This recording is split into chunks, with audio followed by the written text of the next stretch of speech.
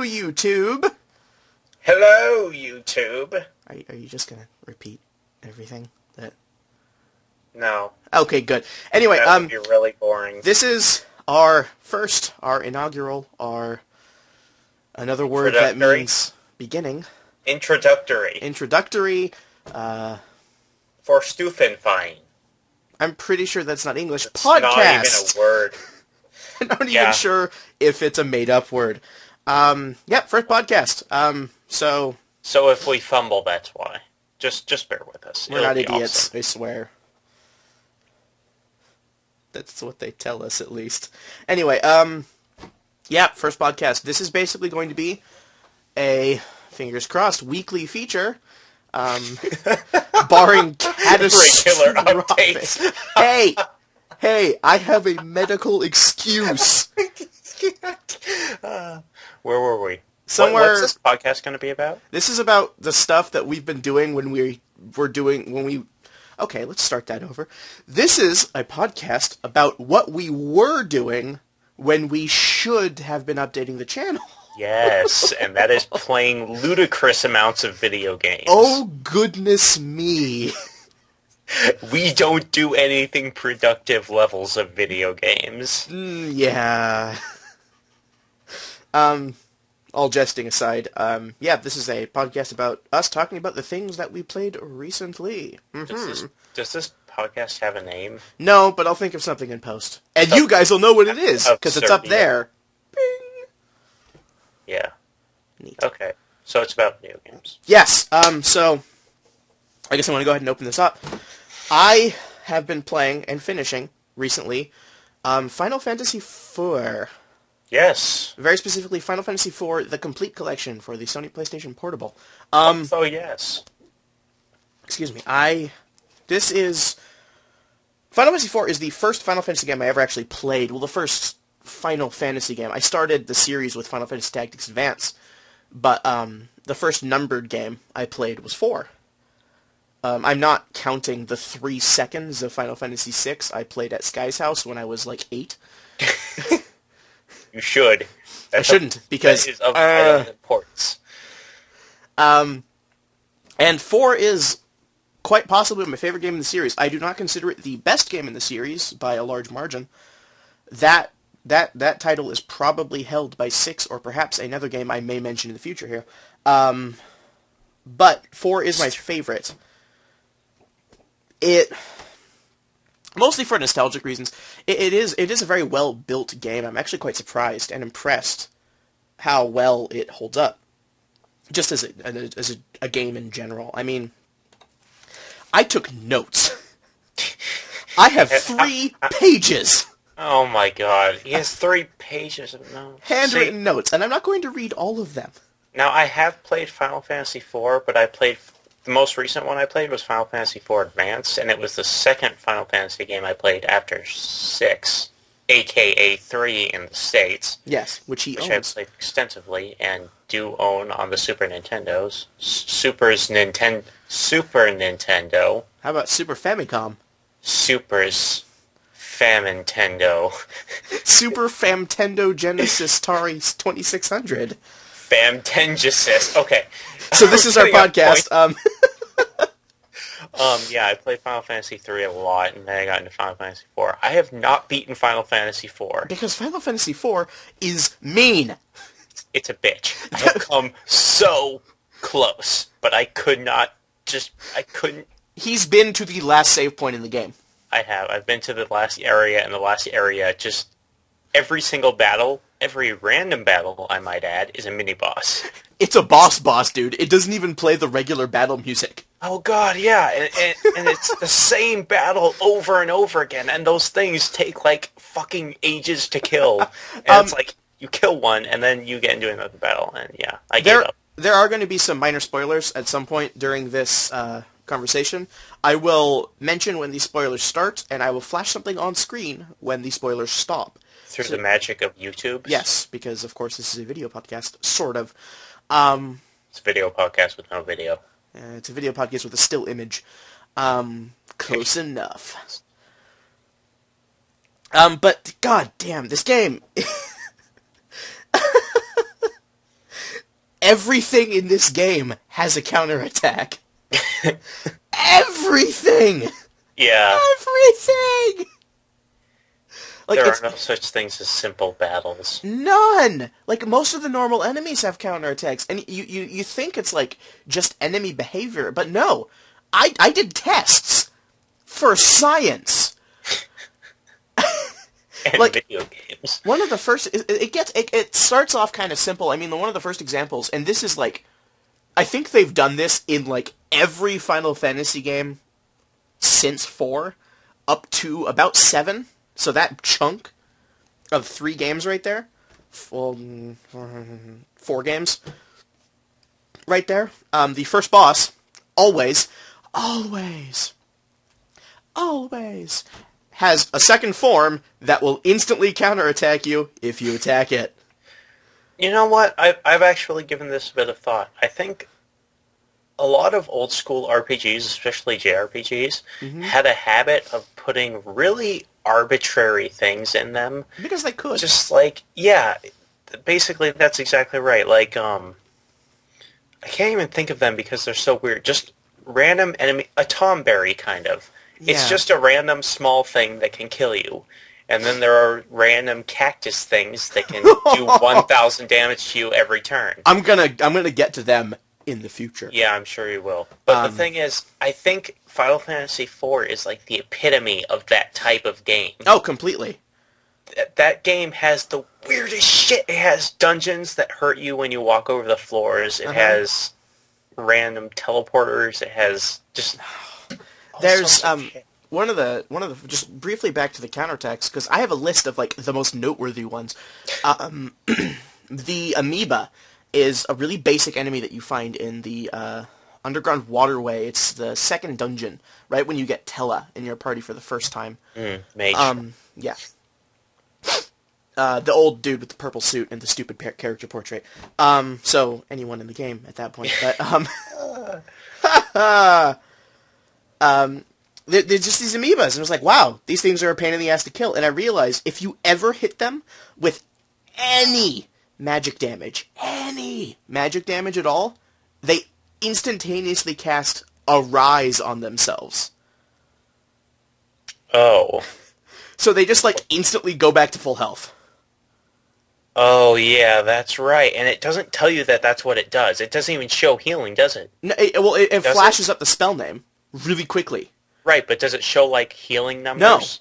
No. Yeah, it just says arise, and you see an effect, and that's it. Yeah. You have no idea what happened. Exactly. So you're like, is it just doing it on its turn? But no, it's a counter to magic. I tested. And so Cecil basically has to sit there and go, Dah! Until it's dead. And of course, your mages in Final Fantasy VI, you can kind of do anything with anyone. It won't be really as effective. But in 4, God help you if you try to attack with a mage, because you won't do jack shit. Yeah, you'll do like a point of damage. Yes, you'll do either 1 point of damage or you'll miss. God, you'll miss. The DS remake of 4 did something really cool in that you could reassign your attack command. That's cool. In 4, every single mage equipment, like every single staff and rod in the game, if used as an item from your inventory, casts a spell. Right. So I would just set their currently equipped rod or staff to their attack button. And they would never ever physically hit anything. Yeah. Yeah, they miss half the time, and if they don't, they get 1 damage. Exactly. It's bullshit. There's just one exception. Rosa's decent with a bow. Oh, yeah. Sort of. Bows are pretty shitty in that game, but... And Rydia, later game, gets decent with a whip. Yeah, I remember that too. I kind of liked the bow because you could load it with different arrows and it would have different effects. But... Except in the end game where they were just big arrows. Yes. These ones are extra manly. You are now shooting spears. Harpoons! Ha inside joke. Obscure reference. Very. Not really. If you know us, it's not at all. If you know where we got our name, it's not at all. Harpoons. Okay. If you know where we got sort of our mascot, it's not obscure. I'm a dork. But so many fucking weird, like, there are these guards, they're called Baron guards, and they're underneath the Castle Baron. Baron? Yes, like Castle Baron. And if you attack them, they counter with mini. That's not fair! I know! Fuck you! Any attack or just, like, normal attacks? Any. Like, if they take damage, like, fuck you, mini! Yeah, and by the way, this does not mean that they use their turn. No, it means they do it because they can. It means that a mini comes out of that enemy and then they attack you whenever their ATB gauge gets up. Exactly. It's... I actually wrote on the list, like, I started just like, oh, these enemies counterattack this one, and like, towards the end of the game, I did a little footnote on the side that just said all of the things. Because I couldn't be asked to keep writing them.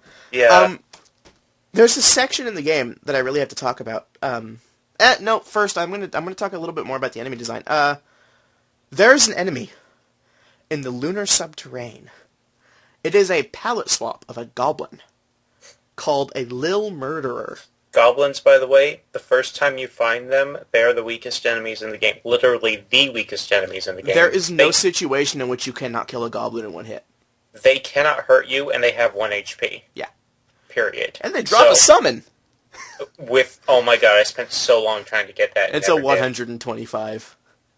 A 1 in 125. It's that big? Yeah. Yeah, okay. So, anyway, goblins. Little Murderer in Lunar Subterrane, all he does, he has a permanent float spell, which is weird. So he's just like floating in midair, a little bit unnerving. And all he does is cast Libra on himself.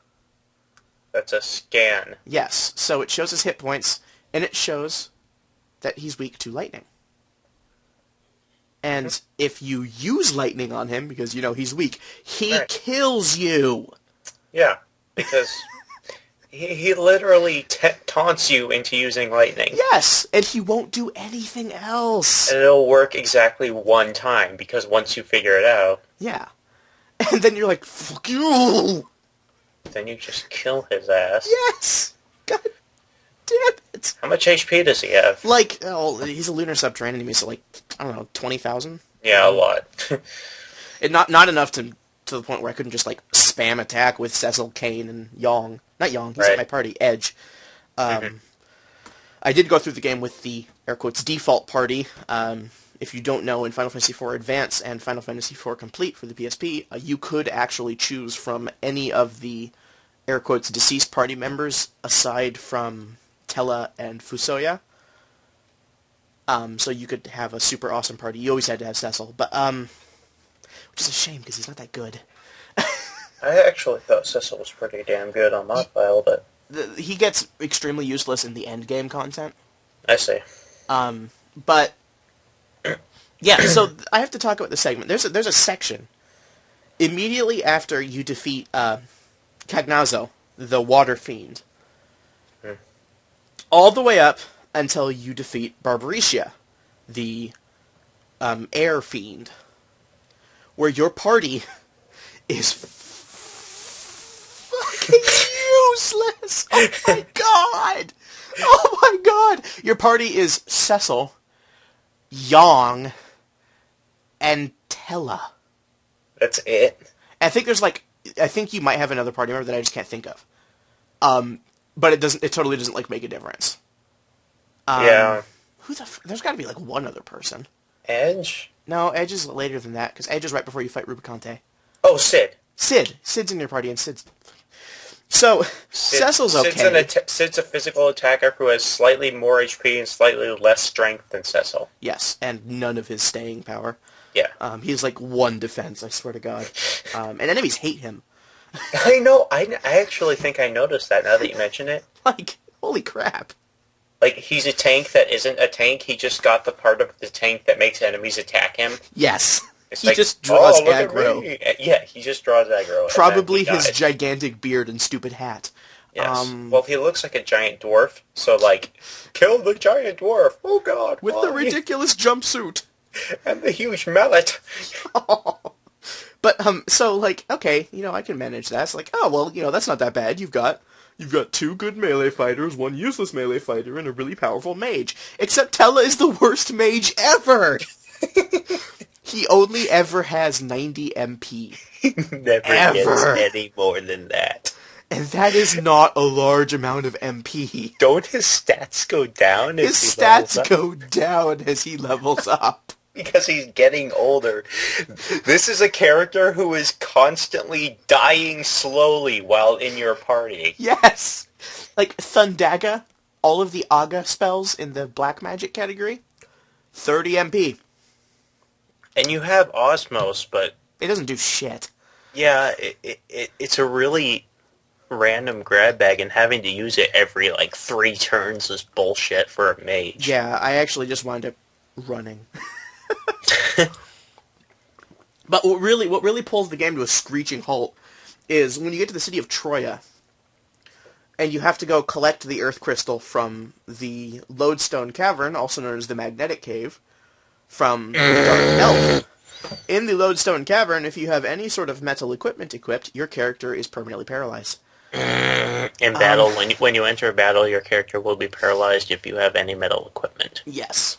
Any. So, Cecil can only use bows, and Tella is Tella, and Sid has to use his wooden hammer, and that leaves Yong, the only melee character you're able to use who has the defense of an overripened squash. In that he splatters spectacularly when anything sneezes on him. Seriously, I've seen him take 3,000 damage in a normal battle. Oh my god. It's BAP! I can't remember the little details like that, but I totally believe you. And so that means that your primary damage dealer is Tella! Doesn't Yong's outfit consist of Pants. Red pants. Because he's a monk, you see. I know. The thing is, monks are, supposed to be able to dodge shit. No. You'll never get past my pants. And his funny little head, he's got this big fucking braid. He's bald everywhere except for, this big, huge braid. Mm-hmm. So he's, spent his entire life shaving everything except one spot on his head. And his spectacular mustache. He spends hours every morning in front of a mirror perfecting his mustache. Yes. And so, your primary damage dealer is Tella. So what I ended up doing was I found a chocobo forest, outside the cave. You're supposed to get a black chocobo there and fly it over. And so, I was oh, there's a white chocobo here. So what I ended up doing was I would just go into a battle. I would set my battle type to memory, so it would always remember where my cursor position was. Mm-hmm. And then had Cecil attack, Cecil, Kier, all, Tella, Feraga, all, Yong, punch, Sid, defend. And I just held the X button and watched a movie. And every 3 battles, I went back to the Chocobo Forest. Yep. Healed. Restored my MP. Well, the white chocobo refills your MP, so I just spammed heal spells. Yeah. And repeated. And so I was mostly over-leveled for the Lodestone Cavern. And then I just ran. Fuck it.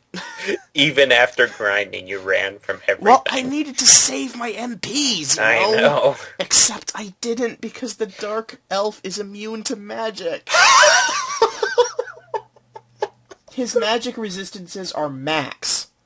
He will only ever take 1 damage from a spell. What is this bullshit? Well, I guess you could save it for cure. Yeah, that's what I ended up doing. Yeah. And so that's easily the worst part of the game. I hate that part. Oftentimes my playthroughs will stop there. Yeah, I don't blame you. But yeah, that part of the game just... Yeah, having to turn your best melee character into an archer sucks. Yeah. Big time. Especially since he's... And of course your armor is just bullshit. It's completely... It's paper. You put on paper. Yeah, it's ridiculous. Alright, so this is the part where I'm going to start touching up on spoilers. For the game. So, you guys should leave now.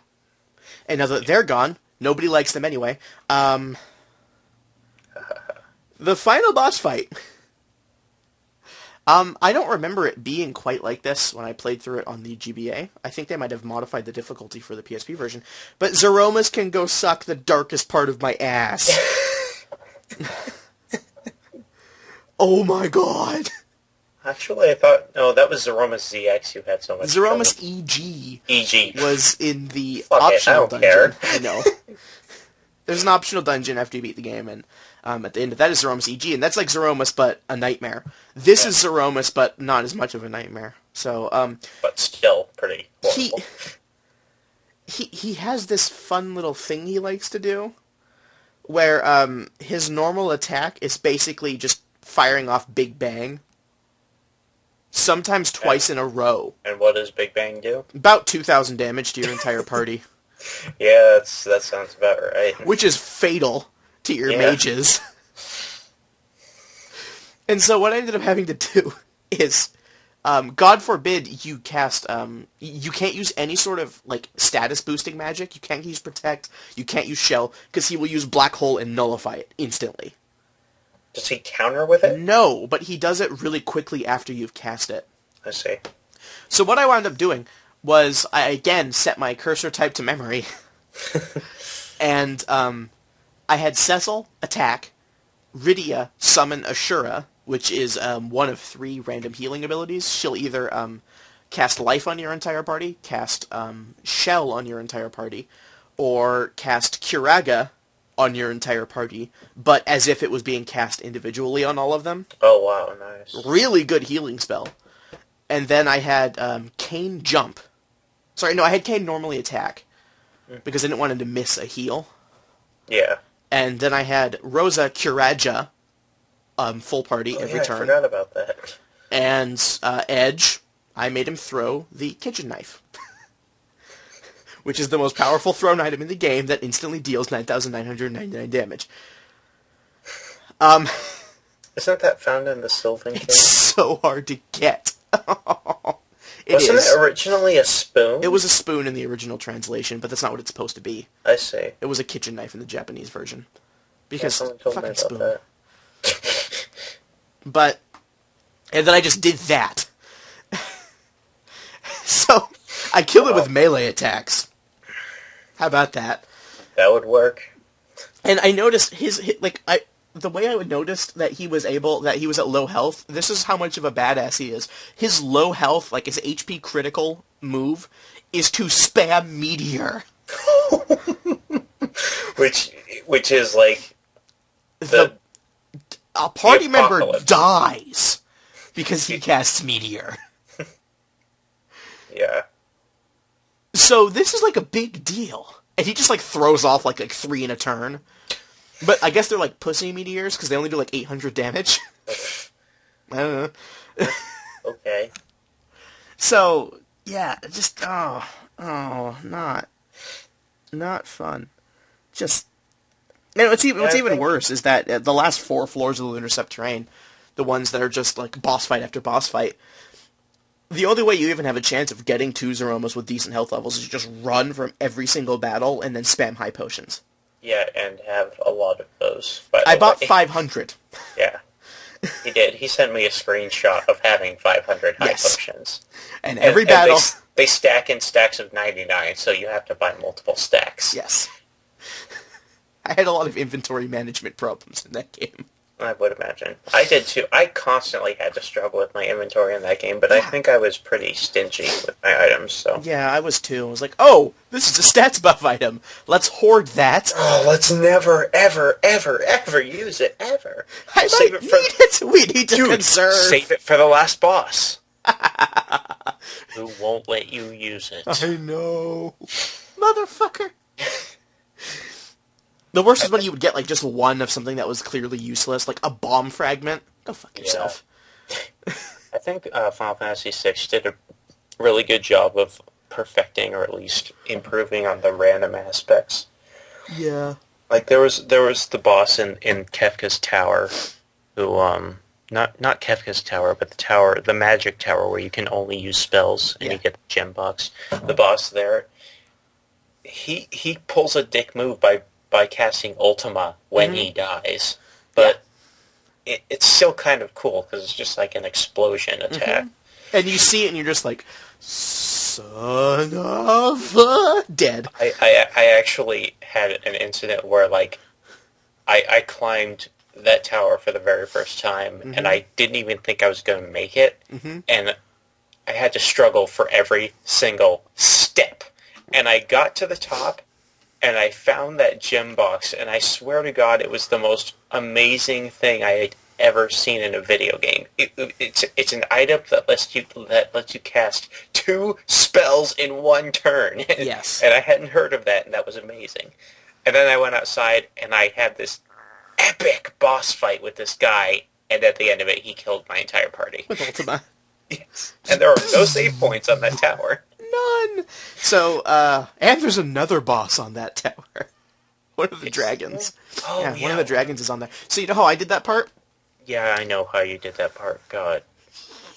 I equipped the accessory to Mog that prevents random encounters.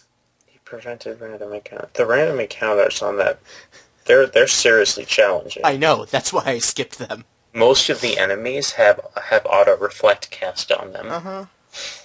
Although, in my defense, I did actually grind out for the economizer, so I think it evens out. Yeah. Although I did get that on accident, so... Well, yeah, that's a random tangent into Final Fantasy VI. Yes, but yeah, I'm basically done with Final Fantasy IV now. So, for all of you who just saw the giant flashing whatever that's on the screen right now, welcome back. Yeah. You missed out on the party. Can't you link annotations to certain times in a video? Yeah, I can, but that would require effort. Oh, poor you. Okay. You can do it. No, I'm not. Exactly, so go fuck yourself. No. Okay, your turn. Say something interesting. What? I guess. Wait, what? What have you been playing? I could talk about things. Like stuff? Like Luminous. Oh my god. Oh. I got Luminous Live for Xbox. So yeah, I didn't even get the new one for the Vita yet because I'm not paying $40 for a Luminous game. Yeah. I'm going to be really brief on this because I didn't even really mean to talk about it. Because it's a fucking puzzle game. This would be like me talking about Tetris. Yeah, it's just a puzzle game, but I love it. Seriously, I love Luminous. Get the trial version for Luminous if you have an Xbox, and give it a serious chance. Take a look at the rules when you figure it out. If I may interject, if you are interested in Luminous, I would, if you have a PSP, recommend you just go out and purchase the full version of the original game, because Luminous Live is just the first Luminous, or the second one, I can't remember, where they cut out half the content and then gave you back a quarter of it as DLC. Yeah, you have to purchase pieces of that game. It kind of sucks, but... And it comes out to like twice as much as the retail cost of the game for the PSP now. Yeah, so just get it for the PSP if you can. Yeah, if you don't have a PSP, or if you don't have a Vita, because the Vita has the newest game, Electronic Symphony, which is supposed to be the best. Yeah. Then definitely go for Luminous Live, because I mean, that's perfectly fine as long as you don't have a PSP. Sorry. And as long as you don't mind the controller. Well, actually, if you use the D-pad for that game, probably wouldn't be that bad. Mine just kind of sucks because it's broken. But he's never had a good Xbox controller. I've never had a... Nope, never. I never will. He once bought a defective controller, then sent it back and got a defective controller.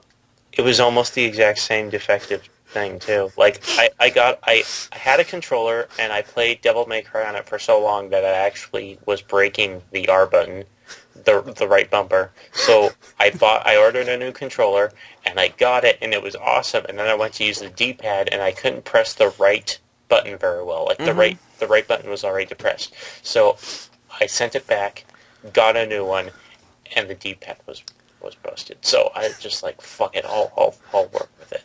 And I have been. Also, for the record, playing Devil May Cry 4 so much is roughly 700 hours. Give or take. Maybe more. It says 500, but that's because he stopped saving. I don't have any need to save anymore. Because he can't possibly gain anything. The only thing I can gain is a higher score. Or time. I need a higher score. So yeah, that's his. I wore out the rubber on my analog sticks. His controller is like the most depressing, horrifying, like abused. That thing needs therapy. That thing needs an honorable send-off. It needs a Viking burial. Yes, that's exactly. Just light it on fire, put it in a boat, and push it off a waterfall. Play some symphonic metal in the background. Some Rhapsody of Fire. That would, you know, when that controller finally kicks the bucket. I don't use it anymore. Wait, there is more. Oh, my God. current controller, I have to plug it in now because the wireless doesn't work. It'll randomly cut out. You know when I discovered this? I discovered this while playing Dark Souls. You cannot pause Dark Souls, and Dark Souls is one of the hardest video games in recent memory. I was fighting someone, and my character just stopped. And I took a mace to the face and died. It rhymed. Yes. Mace face. But yeah, he has terrible luck with all things that involve electronics. City of Heroes. Oh, yeah. Moving on, rather unceremoniously, from Luminous. We have, both of us have been playing City of Heroes, the MMORPG for the PC. I have played this for many, like more than I've played Devil May Cry hours. Yeah, he's beforehand. He does this thing where he finds one game and then never stops. And then I make fun of him for the rest of his life. I didn't used to do that, but then I found City of Heroes, Yes. and City of Heroes like ate my life. Mm-hmm. Okay. When you see random people walking on the streets in City of Heroes, like NPCs, you can talk to them, and they'll give you a little speech bubble that only you can see. And depending on what the first letter of their name is, they'll say something different. I know this, by the way, because I play it too much. And if you talk to someone whose name starts with, I think it's either M or N or both, shut up! It tells you how many hours you've played that character. I took one of my characters, admittedly the most played, and talked to one of those people, and they said, "You've been on patrol for 1,246 hours." Oh my god, get a hobby! That is my hobby. Son of a bitch. Meanwhile, yeah, back at the anyway. plot. I'm sorry. I've only been playing... I did dabble when he used to play it. That was probably like 6 years ago now. Mm-hmm. I would just play on his account and dick around, but never really got into it. And it's very difficult for me to enjoy MMORPGs. Because I'm a very sporadic gamer. I very rarely finish my games, and I don't really feel terrible about not finishing them. Because I am of the opinion that I will play whatever game I want to play when I want to play it.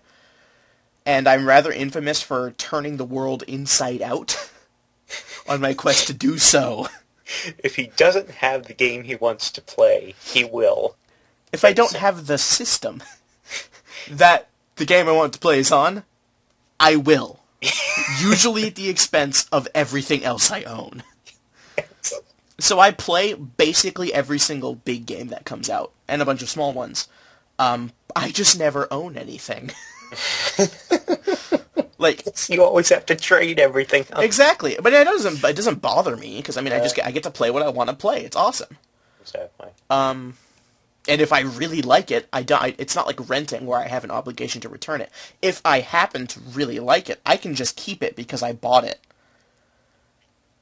It works out pretty well. I've very rarely had to pay cash for video games. But that makes playing MMOs really difficult for me. Because what'll happen is I'll play it for like 2 days, obsessively, and then stop. And when a game requires a subscription fee, and admittedly City of Heroes doesn't necessarily require a subscription fee, but to get anything fun it does. Yeah. And by fun I mean good costume parts. Yes. I didn't realize how limited they were without that. Yeah, it's kind of a shame. But yeah, so it's really difficult for me to play an MMO. The other issue is that I very rarely have people to play with. on MMOs, but of course this asshole here is like, you should play City. Shut up. It's like, you should play City of Heroes, and he's like, no, I don't want to play Heroes. It's like, you should play City of Heroes, and he's like, so now I'm playing City of Heroes like a hypocrite, and it's fun. I'm enjoying it. I played it for like 3 days straight. And then we talk about hurting the mobs and specking the buffs. We actually had, like, if everyone who watches TV has seen the South Park episode about World of Warcraft. Oh God! Where they're like slumped backwards in their chairs, and it's like, hey, I need a debuff on hotkey C, and I was like, we said shit like that.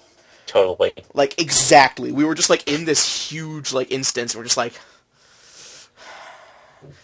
I need accelerated metabolism. Can you use tremor? Dude, you forgot your fire shields. Oh crap. Yeah. You gotta turn on your fire shields, man. Like, just dead, emotionless, driveling conversation. And it was awesome. And I hate myself for it. But it was so much fun. Oh. But yeah, I recommend City of Heroes for anyone who wants to try out an MMO. It is freemium, and it's well made, so hey. You can give it a shot. Indeed. And as my horrible bloody vengeance, I forced him to eventually, as in when we stop talking about what we're talking about right now, Diablo 2. Oh yeah, I just bought it actually. He did just before starting this. I actually owned Diablo 2 a few years ago. I got it from a friend of mine. I actually own an original box copy of the first Diablo. I'm not going to spend too long on this because he doesn't. I haven't played it yet. Exactly. So I'm going to touch on a few things with this. I had an original box copy of Diablo 1, and that was actually my stepdad's. I sure would like a sandwich. And shut up. And for some reason, like, my stepdad never really did video games, but he owned a boxed copy of Diablo 1, and it was just sitting in our basement, and I was like 12. And this game was rated M, and it was like, can I play this? And he's like, sure, what the hell? Diablo. Yeah.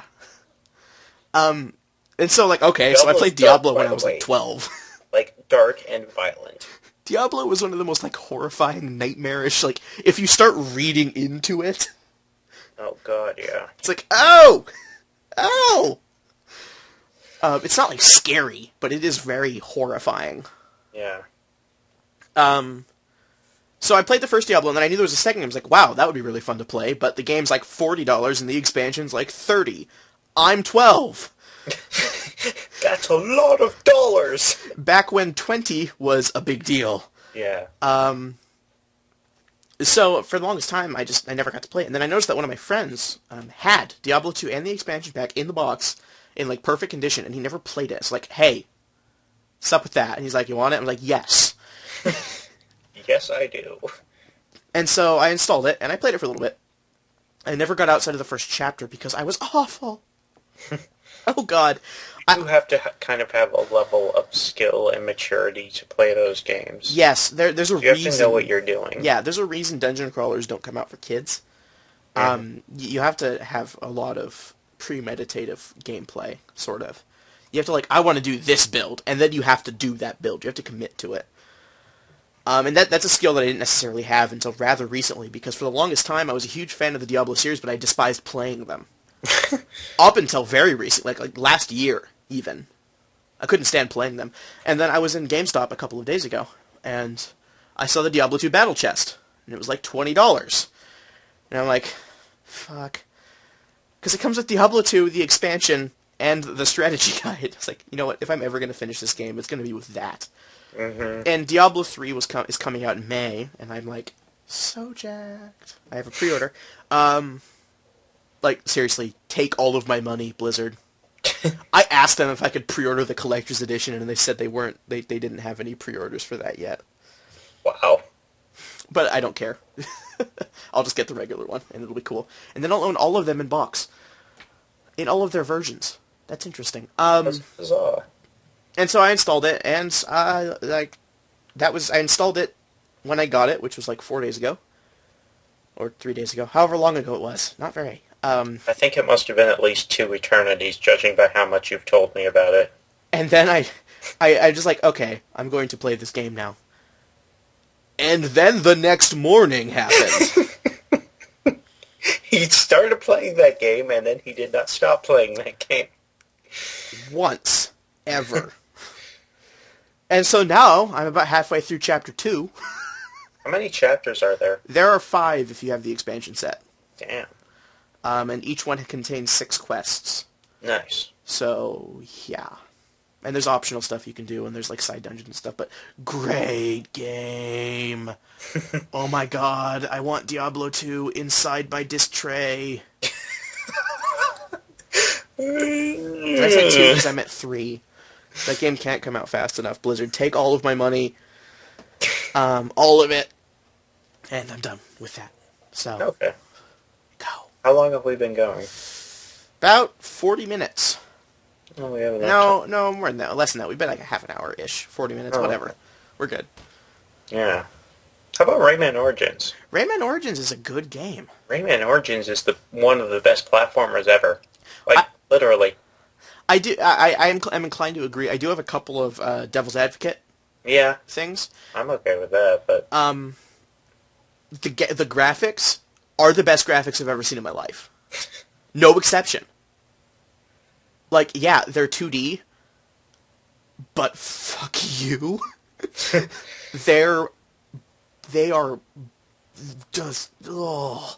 They're sprites that don't look like sprites. Calling them sprites feels like an injustice because of how beautiful they are. It's are playing a animated. Cartoon. Yeah.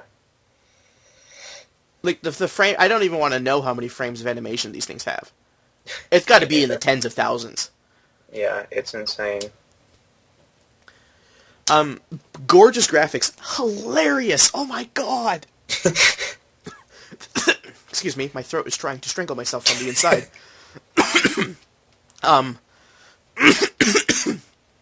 Take a moment. Choke up your spleen. My spleen! Start again. The treasure chest levels. The music. And the little, like, the thought bubble. In every world there is a level where you have to chase a treasure chest through, like, a moving, shifting terrain. I'm gonna mute myself for a second to keep going. Alright. And, we all hope you don't die, Sullivan. And,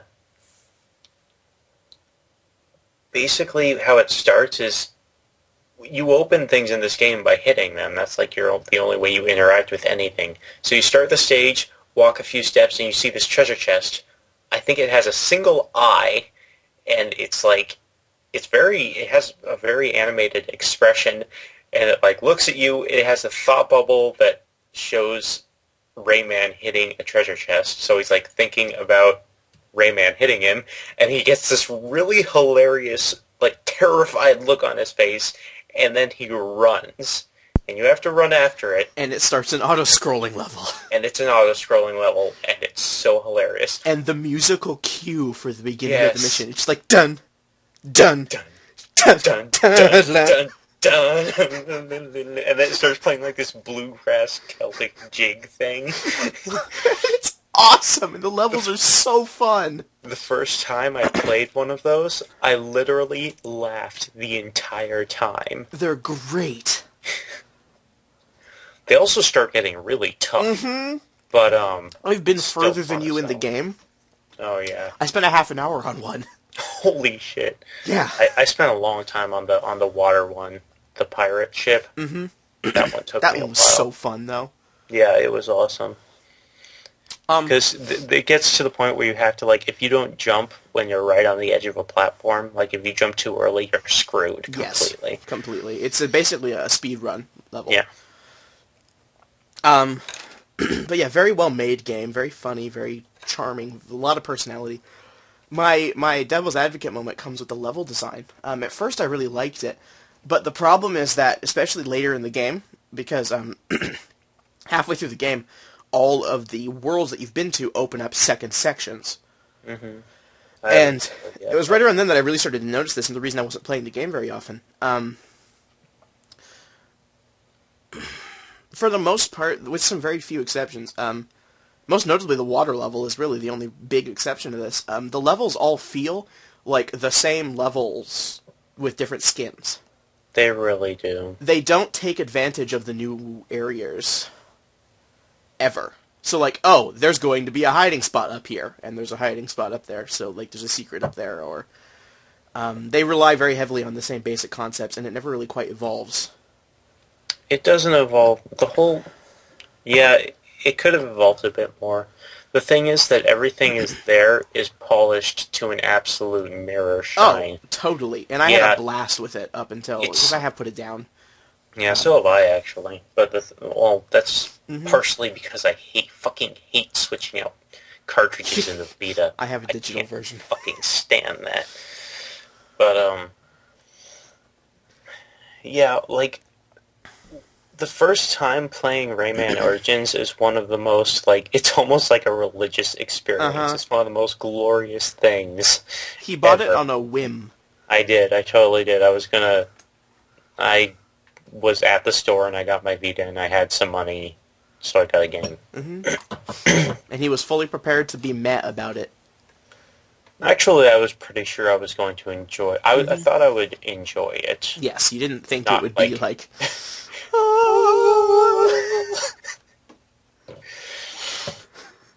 But yes, very, very good game. Pace yourself, or else you'll burn out like we did. The bosses, actually. Bosses don't actually start until the second half of the game. I was wondering where the bosses were. Oh my god! There are some bosses, but Not they're really. Like, they're just like scrolling shooter level things. Yeah, those don't count, because those actually happen in the middle of regular levels towards the end. Oh, okay. The game gets insanely difficult, by the way. It's already gotten pretty hard in a few points, but yeah, I can imagine it's... You have no concept. I know. Oh, nightmarish. The thing about Rayman is, though, there's absolutely no punishment for dying. Oh, not even a little. I mean, you go back to the start of the room. Yeah, and you go back to the nearest checkpoint, of which there are many. There's like 30 in a level. And you don't lose anything, there are no lives, nothing, and you can just keep on playing, and it's awesome. Yeah, it's perfect. It's great. Super Mario Brothers could learn a lot from that. But... And the game still manages to be challenging, so anyone who says that not having lives makes the game easy, fuck off. Yeah. Because Rayman Origins is way the fuck harder than any Mario game I've ever played. Yeah. And I'm counting the crappy Mario 2 The Lost Levels thing. But also I totally... If that sounded like I hate Mario games, I don't. I really like them. Oh, yeah. But I am getting a little bit done with them because they haven't quite evolved at the rate I would like them to, like Rayman has. But yes, barring a couple of small little hitches, the game is out on everything.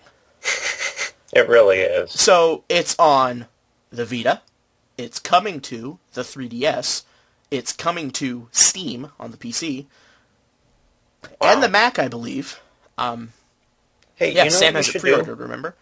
You should put a link to Metacritic on your on this video, maybe, because I actually do think that's a valuable tool for just getting an at a glance. I guess. At Because you asked me to, I will, but I don't condone it. Okay. Dragon Age 2 is the perfect example of why. Well, it does have a user. Dragon Age 2 for what Metacritic is it takes all the most of the reviews on the internet. Like, it'll take like 30 reviews from semi-trusted sources, from official sources, basically, and it averages them all out into a single score from 1 to 100. Dragon Age 2 had a score of about 85, I think, because critically it was very, very well received, but the players... There is an average player score if you actually go to the review itself, and for Dragon Age 2, it was 42. Yes, which is very, very, very low. The thing about Dragon Age is that, much like the Amazon.com marketplace reviews, people review bomb, big. Yeah, and there's no mediation for it at all. So it's really it's tricky, and a lot of companies, I know this is a fact for Fallout New Vegas, but Obsidian was told by Bethesda who they licensed Fallout from, that if Fallout New Vegas got a Metacritic score of 85, they would be paid double. Oh, It got an 84. Oh. I hate that. That's bullshit. That's why I don't like Metacritic, because people treat it... I'm fine with how you use it, like as an at a glance, but people treat it like this religious doctrine. Yeah. Like, it's irrefutable fact that because it has blank score on Metacritic, it is either amazing or shite. When that's so subjective, it's... Yeah, it is. Because there are different games that suit different tastes. Mm-hmm. I'm very much a firm believer that reviews shouldn't have scores. Mm-hmm. Because I'm a geek, and I don't think that an opinion can be broken down, a complex opinion can be broken down into a number. It just doesn't make sense. At best, it should have, like, good and bad bullet points yeah, if you need a glance thing. Yeah, and if you have to have a number, at least use your whole fucking scale. I mean, I'm going to really hold myself back here, but the fact that 8 is considered bad is disgusting. Like, an 8 out of 10 is considered terrible. Now. Well, not to me, but... Go look up Eurogamer's Uncharted 3 review, and check out the comments section, and you'll see what I mean. Because that's bullshit. That game deserves an 8. It got an 8. An 8's a good score. But, ugh. So, anyway, Rayman Origins on everything. Everything. Yeah. I think it's on iOS. You can get it for your iPhone. Actually, the point I was trying to make with that, and I don't know if this should be condoned or not, but if you want to, what I would do if I had more than one system is just look at the Metacritic score, because that might be an accurate scale about which is, like, most complete. Yeah. But basically, if you have a home console, a Wii, a PS3, or a 360, buy that one. Mm-hmm. Because that one has multiplayer. Oh yeah, I forgot about that. And it's a lot cheaper. It's like $20. Yeah. If you only have a Vita, or desperately want it portable, you can get that version, and that's actually, I think, down to $30 now. Or $35 if you get it through the PlayStation Network. Or Sony Entertainment Network, if you're dumb. Because it's a dumb name. And I know on Steam, I can actually check right now, but I won't because that would eat my bandwidth. It's like $20 to pre-order on Steam right now, and if you do that, you get a free copy of Rayman 2: The Great Escape. Because fucking Steam is... Because fucking Steam, man. And, I mean, that alone, I mean, Rayman 2... How do they make money? Rayman 2: The Great Escape is also considered to be one of, like, the most legendary platformers of all time, so even if only for that, that's worth a look. The Steam version is actually my second highest recommendation because that also has multiplayer. Although that is couch co-op on a PC game. It doesn't have online, you just have to plug in more controllers. Oh, okay. Which is a little bit wonky. I can't recommend the 3DS version because it doesn't exist yet. Okay. And won't until, like, May. So, if that one's any good... I'm going to recommend that one. That's the best version. I'm going to punch you in the nose. If it's good, I don't have a might... 3DS. Honestly, if it's any good, I might put, like, an annotation in saying that or not. But I probably won't, so don't count on it. Yeah. Hey. But yeah, if you have something that can play it... I think and last on the list is the iPhone version, because playing that game with a touchscreen... I think you should promise anyone that if they actually generate enough interest to say something to you about it after it comes out, then you'll put an annotation. Yes. If you ask me after it's been released, I will so put an annotation link. I'll do it. Yeah. But good game, very good game, especially at its price point. Go buy it, because I'm pretty sure if you breathe, you have a system that can play this game. Hell, if you're watching this video, you have a system that can play this game. Yeah, if not, I'd like to apologize and give you a hug. Yes, I'm going to poke you with a garden implement and hiss. Okay. I'm going to hide you from the crazy man now. Is it your turn to pick? I think so. We're kind of pushing our time limit, so I'm gonna... I think I know a good short one, if you don't mind. Stardust? Oh, Super Stardust Delta. Fucking awesome game. That's kind of difficult for me to talk about, because I beat the hell out of that game, and then I haven't touched it. since I did that. So, if you like score attack, if you like trying to perfect, yeah. Sorry, go ahead. if you like trying to perfect your skill at something, like every time you play the game, it records your score, and you get your highest score. I play it like a crazy person, so I'm in the top 20 on most of the categories. Oh. But I played it until I got all the trophies, and then I was like... You should all friend me so I can see my score. You want to just post our PSN accounts here? Yeah, you can do that. I don't mind. Sure, I'll do that. And I'll post my Steam account, because, sure.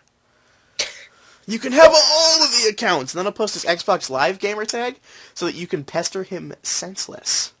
Oh god, the stock. Actually, I never log on to Xbox Live. I don't either. I have a very good reason for that. I have a single Ethernet cable, and I have to switch it between my computer and my Xbox, and my Xbox is on the other side of the room. And it's either Xbox Live or YouTube. Yeah. I need my YouTubes. Everyone needs all the YouTubes. I also need my City of Heroes. Yeah, my Diablo 2. Anyway, Supercharged Delta, very good game. You can get the game and the expansion bundled together for $15. It's a Vita exclusive. That's the thing that really sells it, by the way. It's cheap, and it's easily worth every penny. Oh, totally. I even just the amount I played, which was a couple days worth to get all the trophies, that was totally worth the $15 I dropped on it. It's a shooter thing. It's a twin-stick shooter. If you've played Bangai-O, if you've played Smash TV, if you've played Robotron 2084, I think, whatever it is. Geometry Wars. If you played Geometry Wars, very similar to Geometry Wars, actually. Yeah. Very good. If you've played Super Stardust HD on the PlayStation 3, it's that same game with more levels. Yeah. That's literally what it is, and it's portable, so... Yeah. Yeah, very good. Play it. I'm also very briefly going to touch on Final Fantasy XII, because that's the other game that has consumed my soul. I got this at the same time as Diablo 2 and played it for 27 hours. Oh my gosh. That game gets a lot of hate from people who I don't think really understand it. Final Fantasy XII is the only Final Fantasy game since 6 that I think actually has reasonable characters. Like, where they aren't gigantic, exaggerated stereotypical, almost anime like... tropes. Yeah, they're like... the characters in, like, especially, like, 10 and 13, which are not bad games, mind you. They just have terrible characters. I think... They're facsimiles of human behavior.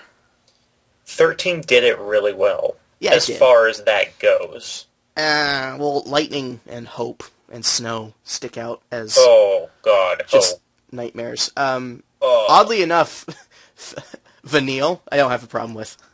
I went to high school with people like her. I'm used to it. I dated someone like her. I'm used to it. I remember the, I got the inflections of her voice pissed me. Like, literally, it was only the way she talked that made me angry. It wasn't anything she said, but, like, when she opened her mouth, my brain became rage. Your brain just like, shut up! It's just like, okay, no.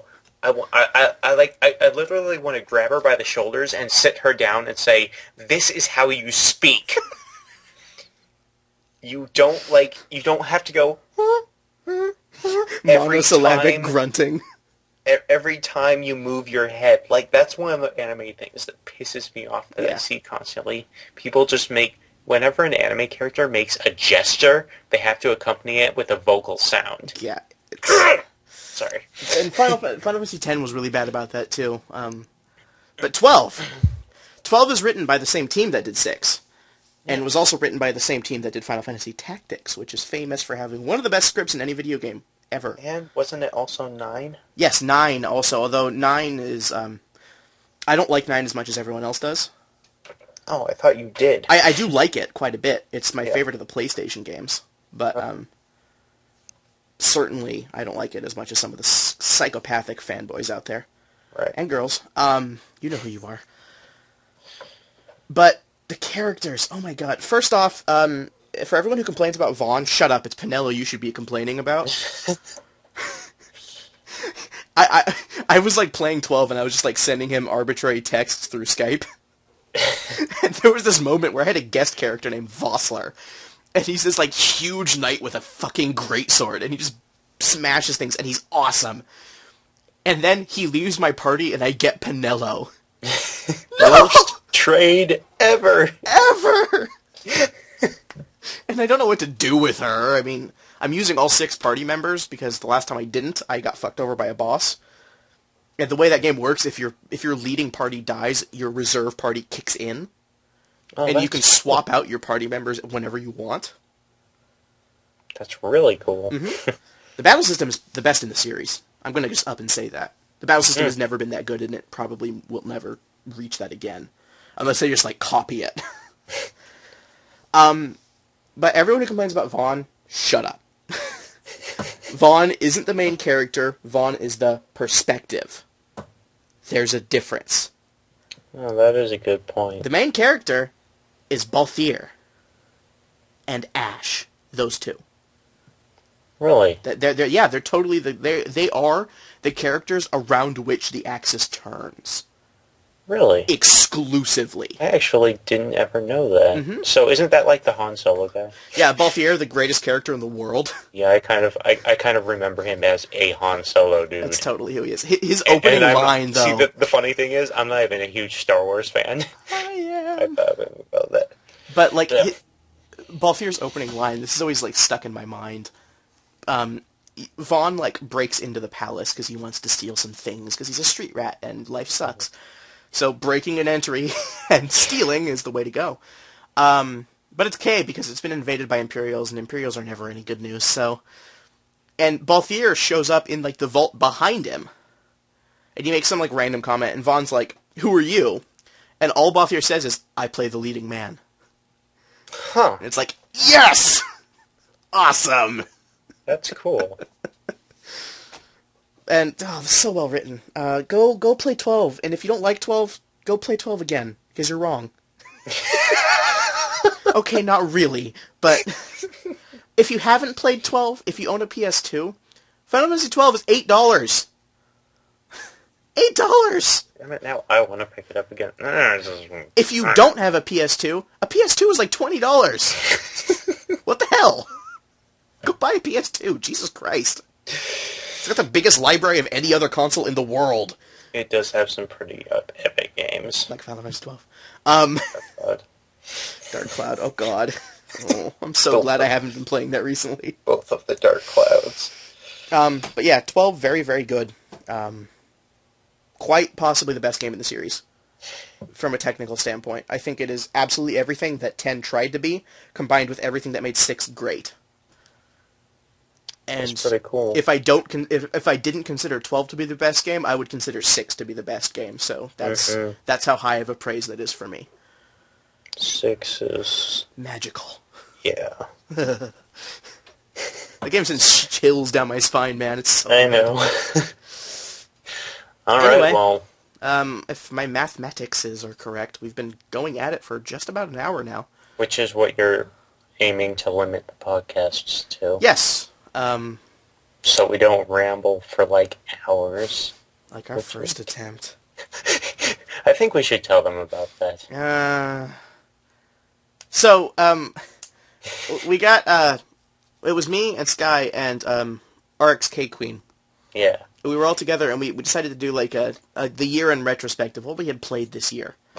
Mm-hmm. And it was really fun. Around Christmas, New Year. Yes. It was New Year. It was a New Year thing. And, it was a lot of fun. We had some good discussions. It was like 3 hours long. We talked for 3 hours. And the reason you've never seen it is because the file never saved. My recording software went... We weren't finished. No, that was the first half. That was the first half.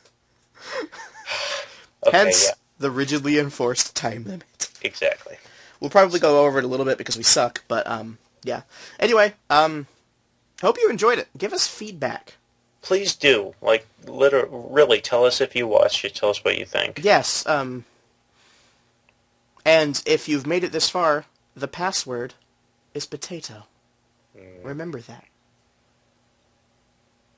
Yes, well. So that might do something in the future. Anyway, so Never do anything future ever. hey, you don't know that. Okay. You don't know my plans. No, I certainly do not. I am way far away from your plans. So, guys, we're going to be going now. Thank you for watching. Hope you have a good time. Later.